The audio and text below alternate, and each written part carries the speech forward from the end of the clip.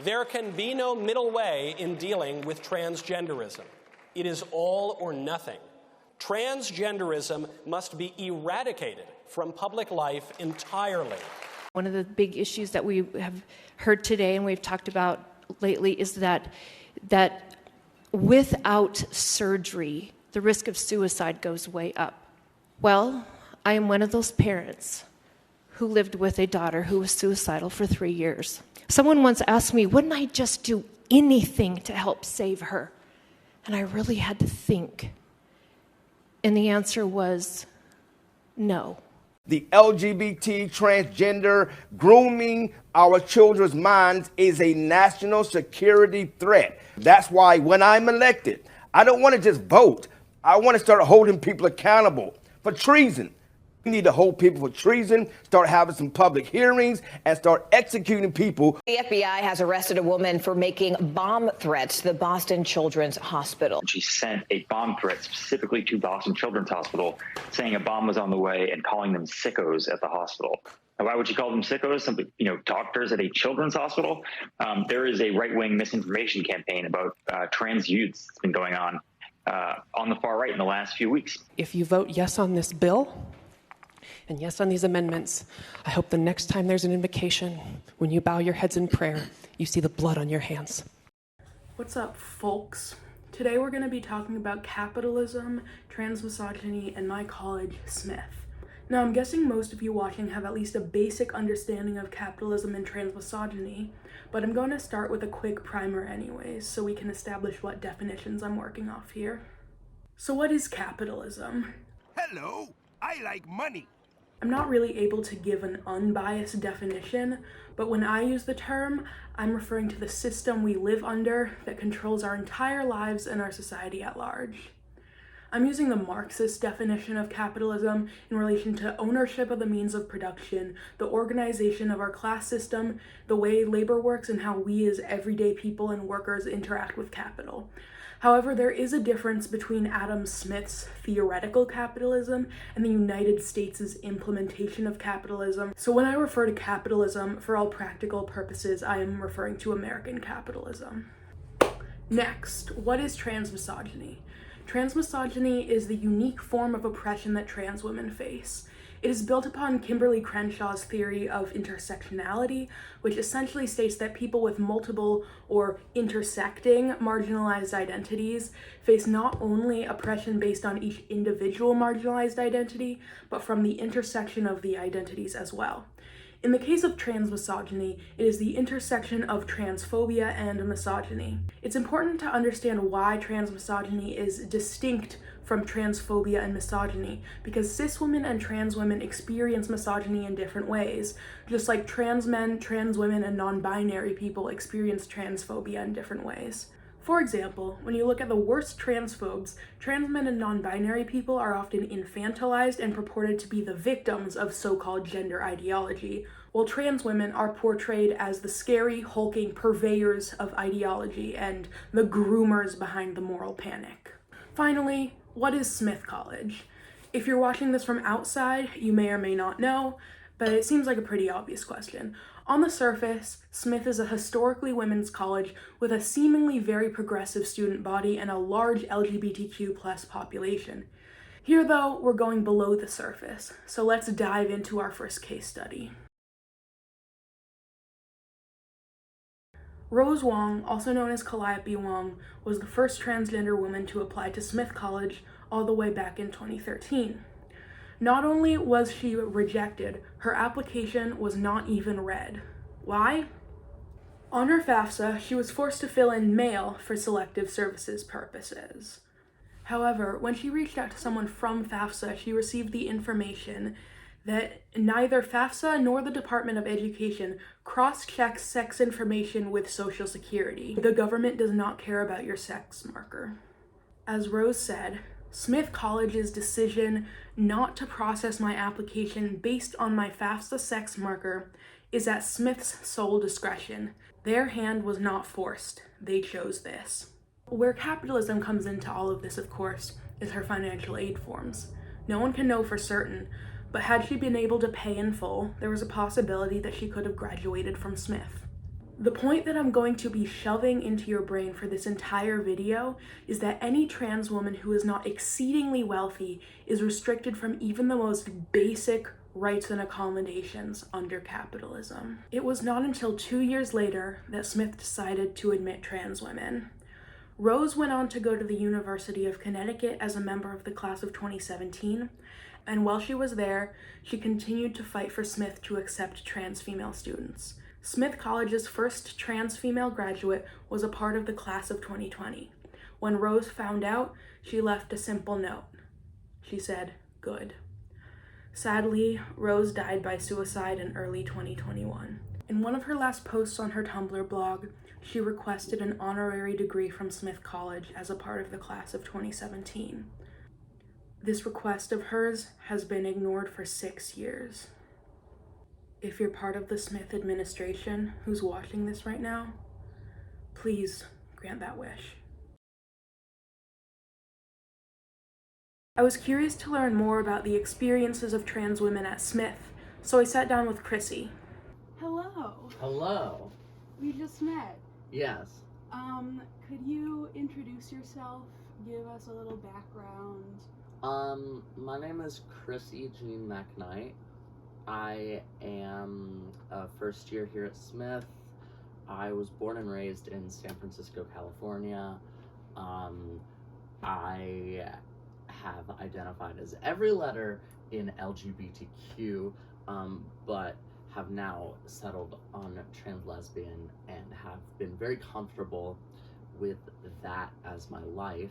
After she introduced herself, we talked a little bit about her general experiences at Smith. What was hard, what was easy, and what was somewhere in between. First, we talked about misgendering, which was surprisingly prevalent in our so-called progressive institution. I've been misgendered twice the entire time I've been here. Only twice. Which is like... Still not great. I mean, it's not you're a first year. Yeah. Well, both of them were accidents. One was the dean. Which one? Dean Stengel.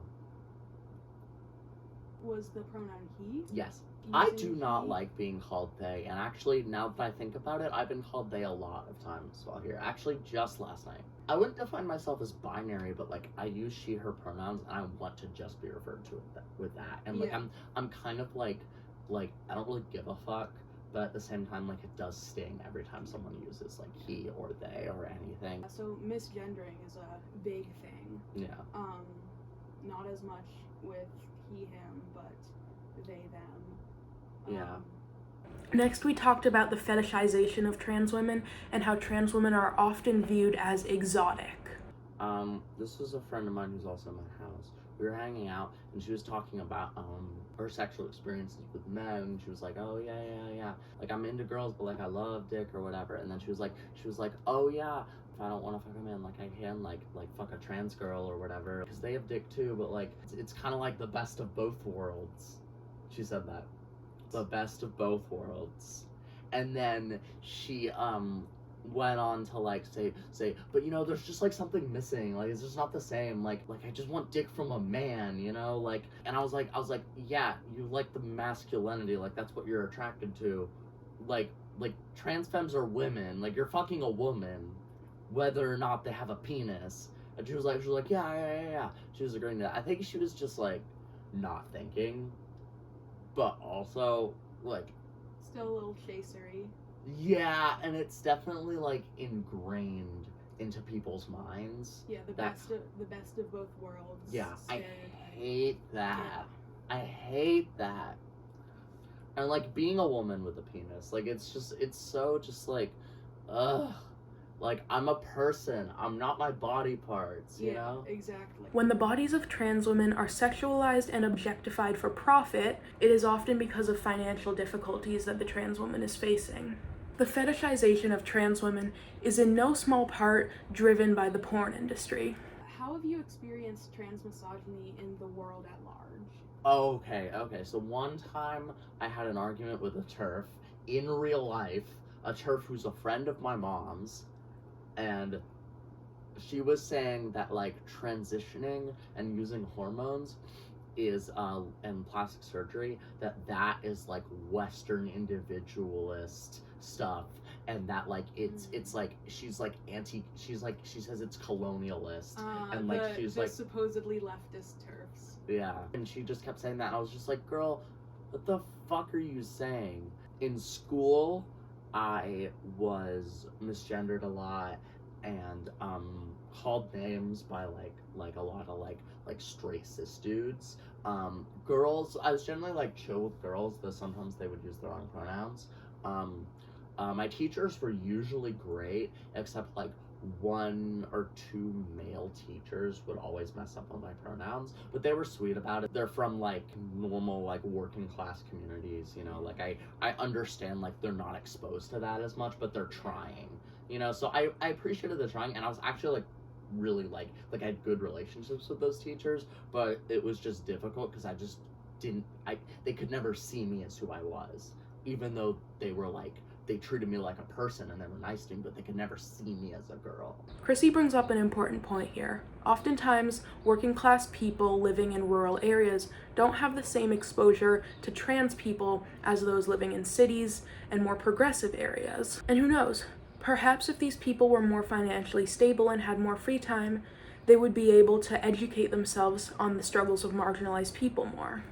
In Chrissy's case, no one was acting with malice. They were just underinformed. Next, we talked about Chrissy's friend Willow. So does capitalism interfere with your ability to just live freely as a trans femme? So I'll be real. In all honesty, I've like, especially in recent years, I've had a lot more privilege, which like I super recognize.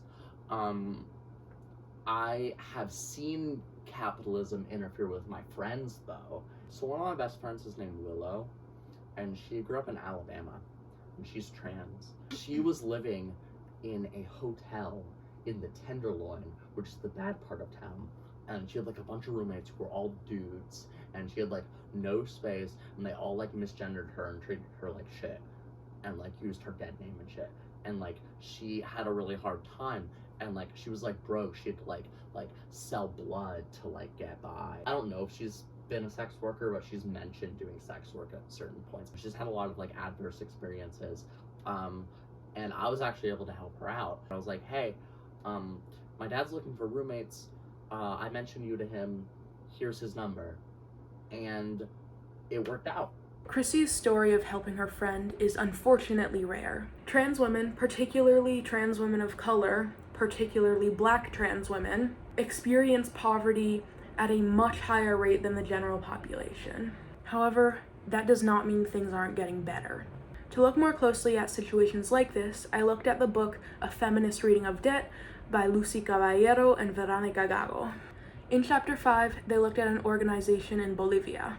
They described it as a large assembly of women, lesbians, travestis, and trans people. They were all members of the organization called Federación de Organizaciones de Base. One of the ways they all help each other is a community savings institution known as the Pasanacu. The word is derived from the Spanish word pasa and the Quechua word nacu, and it translates roughly into English as passes between us. What they do with the Pasanacu is they help each other out of debt. This is not entirely dissimilar to the system of mutual aid through GoFundMe and other crowdsourcing sites that we have right now. However, it is much more organized and accessible to the people within it.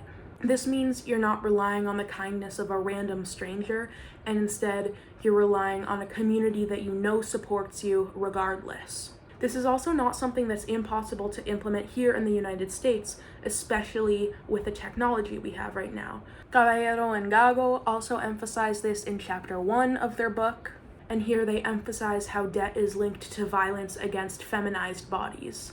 When I asked Chrissy about how capitalism affected her life as a trans woman at Smith specifically, her answer surprised me a little bit. How does capitalism work at Smith to reinforce trans misogyny? So a lot of the people that I've noticed who give the trans misogyny vibes are from these like WASP fucking backgrounds who like could afford to come here, and like they think they're so special because they use they them pronouns and like have like colored hair and shit, but like really they're just like being assholes. Most of the students who were less than fully supportive of her as a trans woman were rich white students coming from WASP backgrounds. This is not a new phenomenon. In the first chapter of Feminism is for Everybody, Bell Hooks says, "From its earliest inception, the feminist movement was polarized. Reformist thinkers chose to emphasize gender equality. Revolutionary thinkers did not want simply to alter the existing system so that women would have more rights. Most women, especially privileged white women, ceased even to consider revolutionary feminist visions once they began to gain economic power within the existing social structure. We can only become sisters in struggle by confronting the ways women, through sex, class, and race, dominate and exploit other women."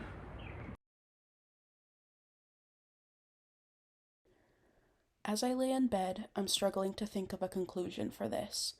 And I think that's because none of these stories are finished. We all have so much more work to do, fighting inequality, fighting transmisogyny, and fighting capitalism. And yes, the main point of my video was to spread awareness about transmisogyny, both in the world at large and at Smith, and of course, how it intersects with capitalism. But is there really a larger goal than that? I don't think so.